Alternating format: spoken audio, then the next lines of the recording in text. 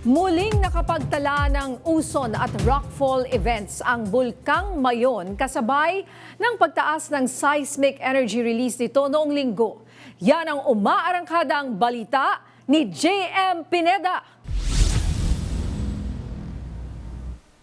Halos isang linggo na nang iniakyat ng Philippine Institute in Volcanology and Seismology o PHIVOLCS ang Alert Level 3 sa Bulkang Mayon dahil sa pagtaas ng bilang ng mga rockfall events at pamamaga ng bunganga ng bulkan na nagsasanhi ng pagbubuga nito ng mga mainit na bato at lava. Kahapon, panibagong pagtaas ng aktibidad sa Bulkang Mayon ang nakita ng PHIVOLCS na magsasani umano ng mas matagal pang pagbuga nito ng mga lava na posibleng umabot ng higit 5 buwan. Naglabas ang PHIVOLCS ng advisory regarding merong nadidetect na unti-unting pagtaas ng energy. May seismic energy na tumataas mula sa Mayon Volcano, and this is likely caused by yung increase in or rather yung pag-akyat ng bagong magma sa ilalim ng Mayon Volcano. Yung sinasabi namin na umakyat yung magma, this could yung either mas magtuloy-tuloy yung mga rockfall events, yung pagdaloy ng lava mula sa crater ng Mayon.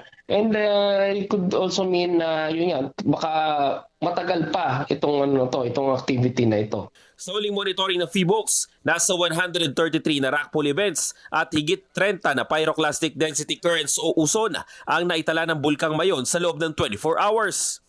Nitong alauna nga ng madaling araw kanina, nakuwanan pa ang pagbuga ng Mayon ng pinagsama-samang mga maiinit na bato, lava at mga abo. Nagliliwanag ang bunganga ng bulkan dahil sa aktibidad na ito at makikita rin ang pagkapal ng abo sa itaas at gilid nito. Paliwanag pa ng PHIVOLCS, dalawang tinitingnan nilang senaryo na posibleng mangyari sa Mayon ngayong nasa estado na ito ng pagputok. Yung unang scenario, which is a repeat of 2023 eruption na maaaring tumagal ng ilang buwan, gaya rin nung 2023, or this could just be a prelude to a more active phase ng Mayon Volcano. Nilinaw rin ng ahensya na tahimik lang ang pagputok ng Mayon, di gaya ng 2018 na may mga malalakas na pagsabog at pagbuga pa ng mga abo. Bagaman may abo rin na inilalabas ngayon ang Mayon, hindi daw ito ganun karami.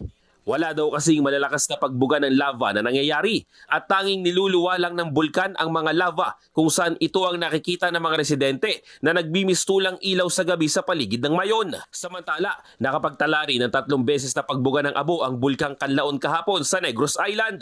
Higit 1,000 tonelada ng abo ang inilabas nito na inabot ng 200 metro ang taas. Ako si JM Pineda ng PRTV News, nagseserbisyo para sa Pilipino.